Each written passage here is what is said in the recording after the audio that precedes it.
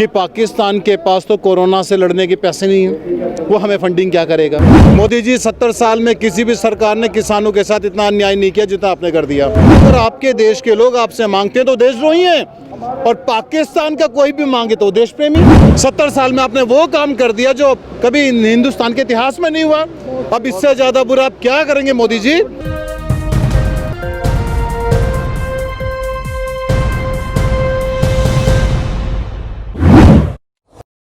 किसान आंदोलन जो पूरे देश में अब चर्चा का विषय बनता जा रहा है। 3 कृषि कानूनों को लेकर जिस तरीके से घमासान मचा हुआ है, देश भर में विरोध प्रदर्शन हो रहा है, सरकार से लगातार बातचीत हो रही है। अब देखिए मेरे साथ कौन जुड़ गए हैं, मेरे साथ एडवोकेट सारे जुड़ गए हैं। ये किसान आंदोलन का समर्थन करने आए हैं। सही सुन रहे हैं आप, बिल्कुल किसान आंदोलन का समर्थन करना है। वो किसान आंदोलन जिस पर सरकार के नुमाइंदे और सरकार के नेता बार बार आरोप लगा रहे हैं कि खालिस्तानी है, टुकड़े टुकड़े गैंग है और तमाम चीज़ें। इनसे भी बात करेंगे। सर क्या नाम है आपका? एडवोकेट अशोक कुमार। हाँ, कहाँ से, हाई कोर्ट से या सुप्रीम कोर्ट से ताल्लुक रखते हैं? दोनों जगह प्रैक्टिस है, और घर गाजियाबाद में ही है क्योंकि कौशाम्बी में रहता हूँ, और किसानी से संबंध भी रखता हूँ। सर क्या कहना चाहेंगे आप, आज इनका समर्थन करने आए हैं? देश का अन्नदाता सड़क पर है और सरकार की तरफ से लगातार आरोप लगते हैं कि ये लोग नासमझ हैं, भड़काए हुए हैं, टुकड़े टुकड़े गैंग हैं। देखिए, सरकार की तरफ से जितने भी आरोप आए, पीछे भी इन्होंने कुछ पिछले हफ्ते भी कहा और 10 दिन पहले भी कहा कि कुछ पाकिस्तानी आ गए, कोई खालिस्तानी आ गया, कनाडा से फंडिंग हो रही है, पाकिस्तान से फंडिंग हो रही है। आपके माध्यम से मैं सरकार को ये बता दूं कि पाकिस्तान के पास तो कोरोना से लड़ने के पैसे नहीं हैं, वो हमें फंडिंग क्या करेगा। जिस समय कोरोना था, जब आदरणीय मोदी जी ने पूरा लॉकडाउन डिक्लेयर कर दिया था, यही मेरा किसान था जिसने अन्न की सप्लाई करी है, पूरा देश भूखा नहीं मरा। आज भी बहुत सारी राज्य सरकारें फ्री में अनाज दे रही है, हमारी योगी सरकार दे रही है। आज भी कोरोना काल चल रहा है, ख़त्म तो नहीं हुआ। तो ऐसा नहीं है कि हमारी कोई फंडिंग है या खालिस्तानी है, कोई पाकिस्तानी है।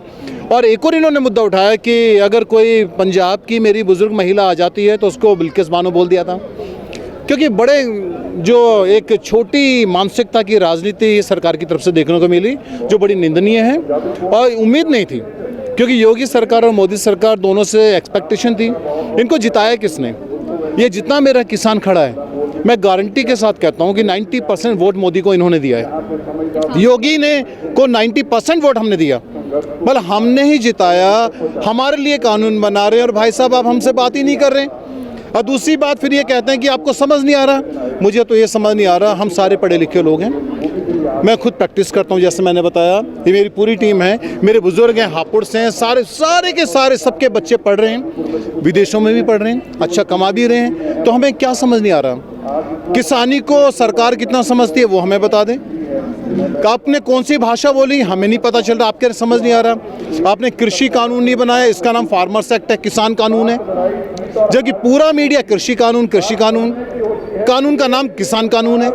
तो हमें ये समझ नहीं आ रहा। समझ एक्चुअली हमें तो आ रहा है, लेकिन मोदी जी को समझ नहीं आ रहा कि किसान, उनका अपनी जनता उनसे क्या चाहती है। वो बिल्कुल अपने दिमाग के दरवाजे बंद कर दें, आंखों पे एक मोटा सा चश्मा लगा लिया है, ना तो वो सुनना चाहते ना वो देखना चाहते। लेकिन हम लोग तो अड़ी गए। अगर मोदी जी आपके अंदर भी हट है तो कम तो हम भी नहीं, क्योंकि आप भी इसी देश के और हम भी इस देश के। हमारे तो खून में आंदोलन है, देशभक्ति के लिए और अपनों के प्यार के लिए, रोटी के लिए, तो हम करेंगे।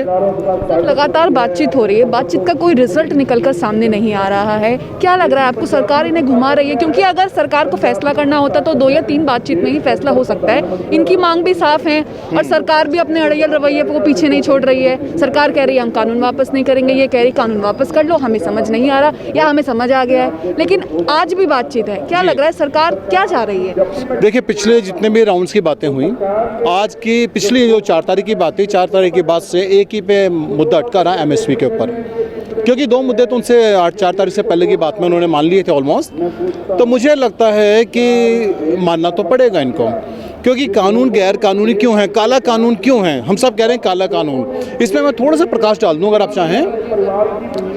इन्होंने जो कानून बनाए वो विषय है जो राज्य के अधिकार क्षेत्र में आता है। आपके लिए मैं कानून बना रहा हूँ और मैं गा के चिल्ला के बोल रहा हूँ आपके फ़ायदे के लिए, आपके फ़ायदे के लिए है, और आपसे मैं बात नहीं करता, आपसे पूछता तक नहीं। आप जब मुझसे पूछती हैं कि जी आप बता दीजिए अशोक जी आपने मेरे लिए क्या कानून बनाया, तो मैं आपका एक्सप्लेन नहीं कर पा रहा। जब आप ज़्यादा पूछती हैं, जोर लगा के पूछती हैं, आंदोलन के माध्यम से पूछती हैं, तो अशोक जी कहते हैं आप तो पाकिस्तानी हैं। तो ये मानसिकता है सरकार की।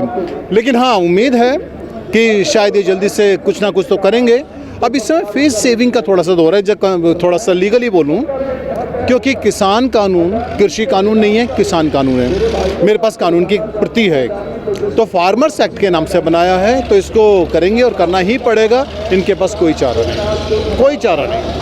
सर, जिस तरीके से इस कानून को जिस तरीके से पास किया गया, जब दोनों सदनों में बिल लाया गया, उसको पास करा गया, उस पर भी एक सवाल खड़ा होता है, क्योंकि बिल्कुल आनन फानन में इसको पास किया गया। विपक्ष जो है वो चिल्लाता रहा और जो स्पीकर है उसने फटाफट से पास कर दिया।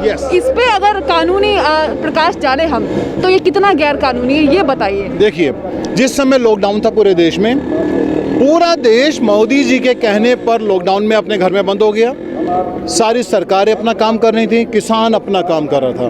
पूरे देश के लिए लॉकडाउन था, सारे शहर में गलियां लॉक कर दी थी, किसान अपने खेत में मर रहा था, काम कर रहा था और बहुत मेहनत कर रहा था। जिस समय लॉकडाउन था तो पार्लियामेंट सेशन में तो थी नहीं, अध्यादेश ये लेकर आ गए। अध्यादेश का ऑर्डिनेंस का एक बेसिक कॉन्सेप्ट है, अगर कोई ऐसी इमरजेंसी आ जाए कि जिससे निपटना बड़ा मुश्किल हो जाए और एक ऐसा कानून बनाए जिससे जीवन और मरण का सवाल हो जाए, तो आप अध्यादेश लेकर आ जाओ। लेकिन ये तो पूरा शांति काल था, सब अपने घर में थे, सब स्ट्रगल कर रहे थे, कोविड से डरे हुए थे, इसमें कोई ज़रूरत नहीं थी। लेकिन ये सरकार, एक तरफ देश कोविड से लड़ रहा है, अंदर ही अंदर इसको अध्यादेश लेकर आई। जब पार्लियामेंट का सेशन आया तो अपोजिशन को तो बोलने नहीं देती। अपोजिशन कितना बोलेगा, मेजॉरिटी में ये हैं इन्होंने। अच्छा, एक चीज़ और है, संविधान में जब हम किसी कानून को बनाते हैं तो एक कॉन्स्टिट्यूशन की बात बता रहा हूँ कि जब किसी भी बिल के ऊपर, बिल के किसी भी सेक्शन पर या आर्टिकल पर मतलब डिबेट होती है, तो वहाँ एक टर्म यूज़ करते हैं कि हु आर इन फेवर से आइज। तो 3 बार स्पीकर बोलता है eyes have it, eyes have it and eyes have it. यहाँ पर इसका कोई चलन ही नहीं है, कॉन्स्टिट्यूशन में वर्णित है। जब भी आप कोई कानून बनाएंगे तो नोज और eyes is to be spoken. लेकिन जल्दी में पूरा, क्योंकि मानसिक क्या बताऊं कि परिस्थितियां ऐसी रही जिनसे इन्होंने अपने इलेक्शन में हेलीकॉप्टर्स और हवाई जहाज के लिए पैसे लिए, करोड़ों अरबों रुपए लिए। और मोदी जी के और बीजेपी के प्रचार में जो पैसा लगा, अब जो 2 ही दल हैं, एक अडानी साहब और एक अंबानी साहब, तो अंबानी साहब और अडानी साहब के जो एहसान हैं इस निर्वाचित सरकार के ऊपर, उसको उतारने के लिए कुछ तो करना पड़ेगा। तो ये कानून लेकर आ गए, कॉन्ट्रैक्ट बना के रख दिया, किसान को और एक फाइनेंसर के बीच में कॉन्ट्रैक्ट उत्पन्न कर दिया। आप कॉन्ट्रैक्ट साइन कीजिए, आप इसका ब्रीच कीजिए, मैं एसडीएम कोर्ट में चला जाऊंगा, एसडीएम कोर्ट में जाऊंगा तो मैं उसके ऊपर स्टे ले लूँगा, 2 साल तक मेरा किसान धक्के खाता रहेगा, उसके बाद हार के वो अपनी ज़मीन भी खो देगा। तो ये काला कानून तो है और इसकी ज़रूरत नहीं थी, बहुत मैलाफाइड इंटेंशन से इस कानून को लेकर आए थे। अगर आपसे बात करना चाहूँगी, सरकार कह रही है कि हमने बहुत सारा विकास कर दिया, किसानों की आय दोगुनी कर देंगे इससे, लेकिन किसानों को भरोसा नहीं हो रहा, क्योंकि कहीं ना कहीं ऐसे वादे हैं 15 लाख और जीएसटी से फ़ायदा, ये सब फेल हो चुका है। तो क्या कहना चाहेंगे इसमें? मैं इस पर ये कहना चाहूँगी कि मोदी सरकार तो शुरू से ही ये करती आई है। जैसे आपने बोला 15 लाख, उन्होंने बोला कि एलपीजी सिलेंडर की सब्सिडी वो हमारे अकाउंटों में डलवाएंगी। लॉकडाउन में उन्होंने वो भी बंद कर दिया, जो कि मुझे कोई उम्मीद नहीं है कि चालू होगा दोबारा। वो केजरीवाल को झूठा बनाती है कि ये ज़ीरो बिजली का बिल कैसे दे रहा है, वो गलत हो गया। ठीक है, किसानों को वो मुआवजे के रूप में 500 रुपये महीना देती है, क्या इसको आप कहती हैं कि आई डबल हो गया? नहीं, ये गलत है। ये सरकार कहीं ना कहीं तानाशाह पे उतर आई है, आप तो एडवोकेट हैं, ये सब समझ सकती हैं। बिल्कुल, ये सरकार तानाशाह पे उतर आई है, क्योंकि ये हर एक जितने भी चीज़ें हैं, जितनी भी कानून है, अध्यादेश के थ्रू ले आती हैं। इनके मिनिस्टर्स कभी इलेक्टेड नहीं होते, ये 6 महीने के उसमें अपॉइंट करते हैं, फिर अपॉइंट करते हैं, फ्रेशली अपॉइंटेड, हर बार इनका यही है।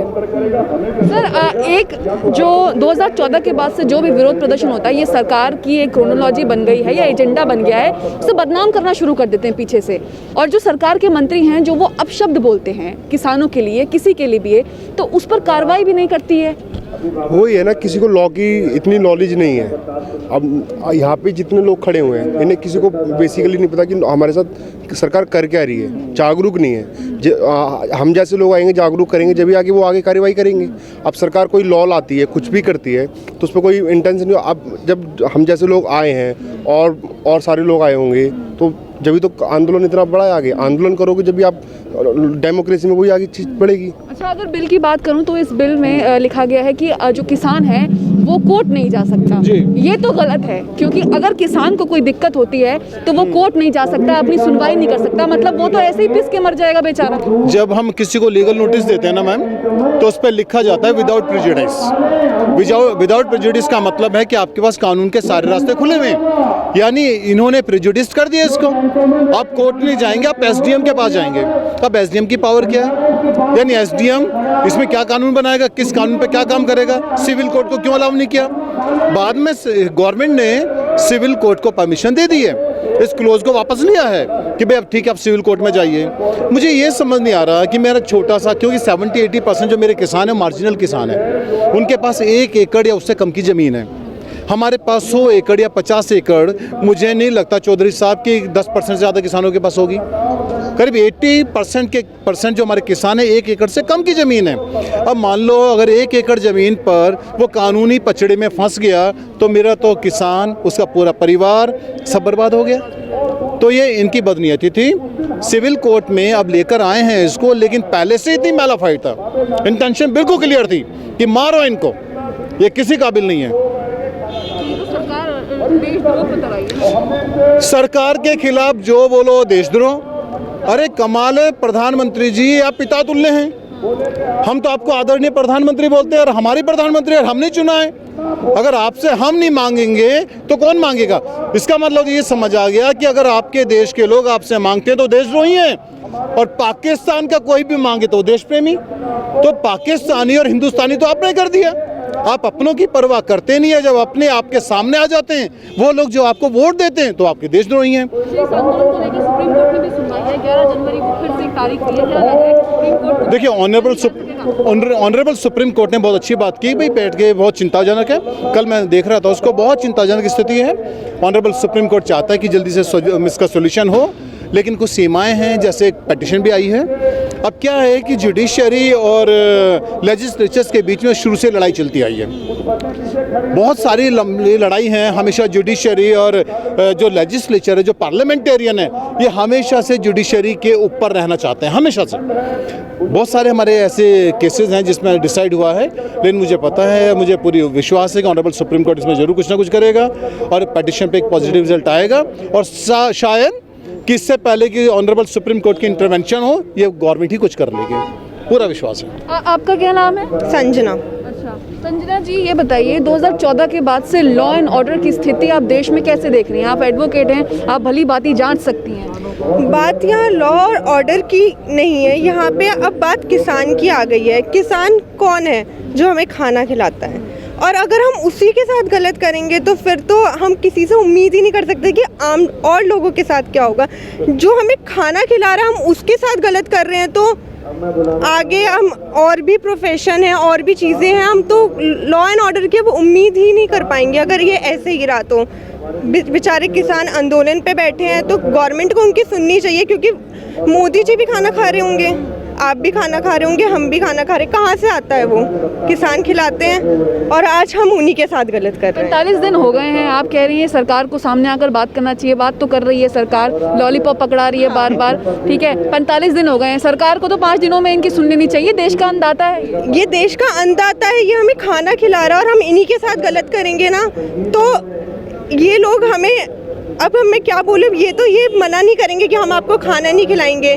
बेचारे आंदोलन ही कर सकते हैं और कुछ नहीं कर सकते। सरकार को इनकी सुननी ही पड़ेगी और सुनेंगी सरकार। अशोक जी, हमारे माध्यम से मोदी सरकार को क्या कहना चाहते हैं इस कानून को लेकर? नहीं, मोदी सरकार को मैं ये कहना चाहता हूँ, मोदी जी बहुत हो गया। हमने गलती पहले भी की थी, दोबारा कर दी, लेकिन अब तो नहीं करेंगे। तो मोदी जी आप हमारे प्रधानमंत्री हैं, पूरे देश के प्रधानमंत्री हैं, हम आपसे बाहर नहीं हैं, हमने ही आपको चुना है। ऐसा ना हो कि आने वाले टाइम में आपके कारण, आपकी पार्टी के, जैसे 50 साल आप सत्ता से पहले बाहर थे और आप जब सत्ता में आए तो आप कहते रहे 70 साल में क्या हुआ। 70 साल में मोदी जी, 70 साल में किसी भी सरकार ने किसानों के साथ इतना अन्याय नहीं किया जितना आपने कर दिया। 70 साल में आपने वो काम कर दिया जो कभी हिंदुस्तान के इतिहास में नहीं हुआ। अब इससे ज़्यादा बुरा आप क्या करेंगे? मोदी जी, आपसे अनुरोध है कि इस काले कानून को वापस लें और अपने अन्नदाताओं को बचाएं, नहीं तो इनकी आह बहुत बुरी है और लगने वाली है। अमित शाह कह रहे हैं 60 साल राज करेंगे हम देश पर। अमित शाह जी छोड़िए, आप कितने वो तो 2022 में देख लेंगे, यूपी में वो देख लेंगे। वो एक चौधरी साहब कहते हैं ना कि नाई की दुकान पे गया कि बता मेरे कितने बाल, हाँ अभी आ जाएंगे भैया, कट के सामने आ जाएंगे। तो अमित शाह जी आप राजस्थान, मैं कहता हूं कि आप गुजरात में जाएं, वहां के मुख्यमंत्री बने अब अगर संभव है, कंडीशंस अप्लाई। लेकिन मोदी जी आपको तो प्रणाम, और आपके कारण, आपके परिणाम स्वरूप 22 में यूपी और जहां जहां पर होगा हम देख लेंगे। चलिए ऐसा ही होगा। तो ये एडवोकेट मेरे साथ जुड़े हुए थे बात करने के लिए, सुन लिया आपने इनको अच्छी तरीके से। अब एडवोकेट भी इस लड़ाई में आ गए हैं, जन आंदोलन बन चुका है, क्योंकि देश के अन्नदाता की बात है। देश का अन्नदाता आज सड़क पर है। सरकार की ये दुर्भाग्य है सरकार का कि देश का अन्नदाता आज सड़क पर है और अपना हक मांग रहा है। न्यूज़ मैक्स के लिए कैमरामैन शेजी के साथ मुनमुन। सभी अहम खबरों के लिए न्यूज़ MX को सब्सक्राइब करें, साथ ही बेल आइकॉन को जरूर दबाएं। लाइक, शेयर, कमेंट करना ना भूलें।